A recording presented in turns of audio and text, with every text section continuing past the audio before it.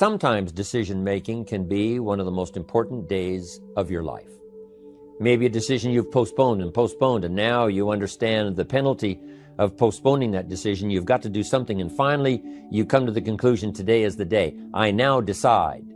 And whether you decide on a new direction, whether you decide on a refinement in philosophy, whether you decide to act when before you haven't acted, you decide on a series of things that you're going to do, you decide. Now that you've decided and you start making plans, it's incredible what can happen when finally what's in your head, what's in your imagination, now finally starts to take shape on paper. When I finally made the decision, yes, I was going to be part of the industry, yes, I was going to make it part of my marketing future, what was really exciting was when I sat down and started making plans. I started committing imagination and belief to paper. I started writing it down. I started, as we often do, drawing those circles. You know, what if I had 5? What if I had 10? And then when I had a concept of what that could bring for me, then I said, how can I reach the first 5? How can I reach the first 10? What could I do? However, you can make all the plans in the world, and it is a source of inspiration for only so long. And you can make one plan, and then you can make another plan. And you can make some plans today, and the next day you can make some more plans, and the next day you can make some more plans. And it is a very exciting source of inspiration, but only for a while. I'm sure we would all agree that making plans, that inspiration wouldn't last for a week.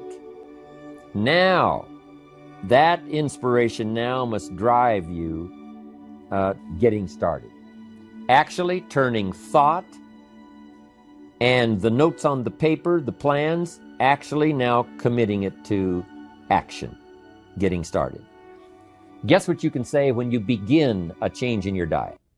I'm on a new track. I have carved out for myself a new beginning. I'm on my way to the most incredible health. I will never be the same again. I'm leaving the old, undisciplined part of me. I'm leaving that behind. I'm a new person. I made my first, walk around the block that I'd thought about for so long and never did. I finally did it today. I've started. I have begun.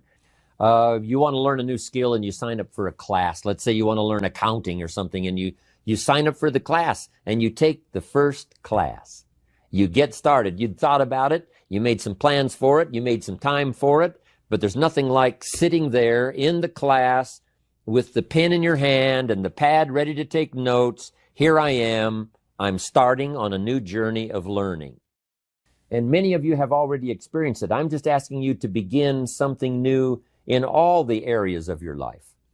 Maybe you've always thought about benevolence and you just haven't gotten started, or you haven't made the plans, or you haven't made the decision. I'm asking you to start taking that stuff now that's in your head, that imagination, which is very powerful. But then I'm asking you then to decide, use that inspiration. Then I'm asking you to make plans, begin to make plans, use that inspiration. And then if you take that first step, it can be the first step of an incredible journey. And when Mark had his first meeting, when Mark recruited his first distributor, when Mark got his first customer, his grandmother using the product, when Mark got that first few yeses from people, and he started the process, as simple as it was, from the trunk of his car, as crude as the literature was in the beginning, it was a start. Some decisions are major decisions. And also there are a lot of small decisions that we don't make, that they tax our minds, they drain our energy, they create a lot of anxiety and nervousness and mental torment because we don't take care of it. We decide not to decide, which is a decision. Deciding to decide, to act, is a major, major challenge for all of us. at different points in different areas of our lives.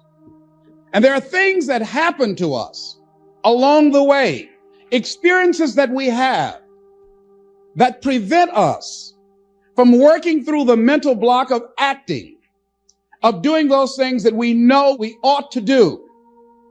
And so what I want you to think about is, what is there that you know you need to do, that you want to do this, but for some reason or another, you've been holding back.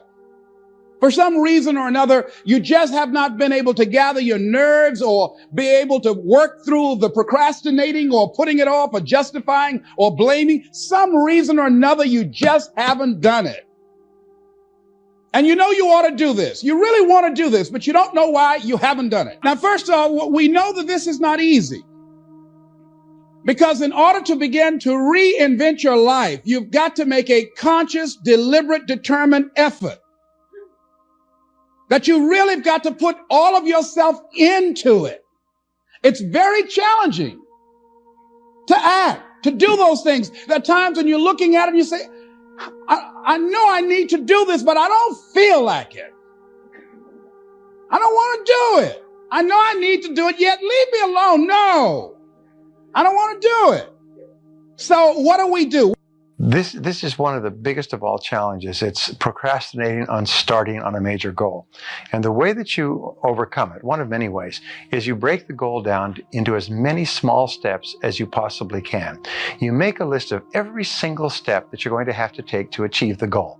From the first one of clearing your desk, or reading a chapter in a book, or making a phone call, or working out a financial plan.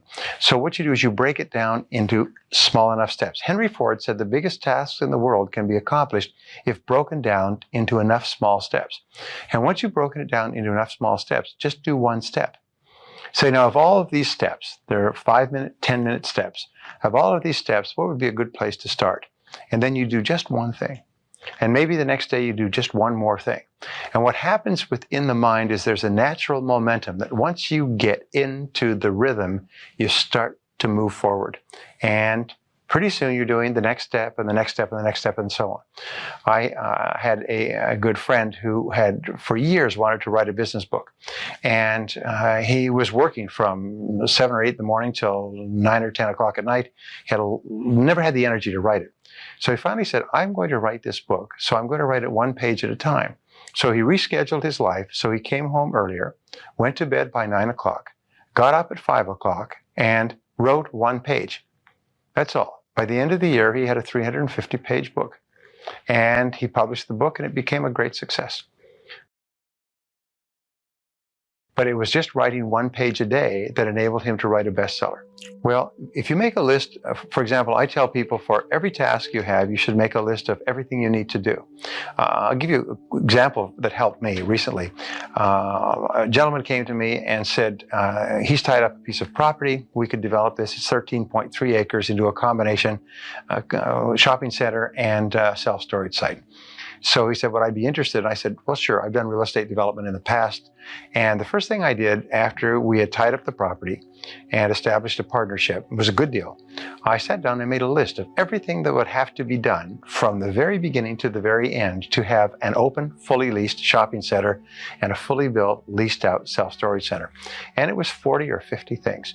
And it started off with getting different approvals from the Caltrans transportation, getting utilities, getting the land graded, getting approvals for architectural approvals. Especially it meant getting a agreement from a major tenant, a major supermarket to take the major space, because the city said we will approve the self-storage if you have a shopping center attached to it, but not alone. The key to the shopping center was the supermarket. The key to renting out all the other space was to have the supermarket, and so on. So then we sat down and we just began to follow the list. One of the ideas on the list was to bring in a major developer with vastly more experience and contacts in shopping center development and carve off the self-storage for ourselves, do a partnership, a joint venture, and so on. So by the time we finished the list, we had done that. We had a major tenant, We had all approvals. We had road, we had transportation, sewer, utilities, highways, freeways, everything else. And the entire project is up and running on schedule. But if you look at it standing back, it's overwhelming. What you do is you make a list of everything that needs to be done. You select the most important thing on the list, the thing that you have to do before you do something else, and you start on that one task and you just work away at it like a force of erosion. You can do this with any day. Write down everything that you have to do in the course of the day on a list. Any goal, make a list of every step in the goal. Any plan you have, financial plan, retirement plan. Even if you want to write a book, what are all the things that you have to do in order to write and publish a book? And then you just start with one of those tasks. You have to find an accountable partner. I mean, who wants to work out when it's cold or rainy? In fact, who wants to work out anyway? Find someone who'll keep you honest by making you accountable by having a buddy. And the buddy says, wait a minute, you and I said we said we were gonna meet at 6 o'clock in the morning and I showed and you didn't, come on. You said you were gonna be there. And when you announce to somebody else that you're gonna do something, you kind of make a commitment back and forth to a friend. So it's really important maybe not to try to do it alone, because by ourselves, I'm a great procrastinator. I was gonna go to the program, but I put it off. I actually find 2 or 3 people who are willing to get together once a week, and they keep you honest because you're accountable to one another. So one of the best ways to get started is to make the announcement publicly that you're going to do it, and then have somebody who, instead of trying to say, I knew you couldn't do it, who keeps you saying, come on, you said you're going to do it, I'm going to hold you to it, and we're going to do this together.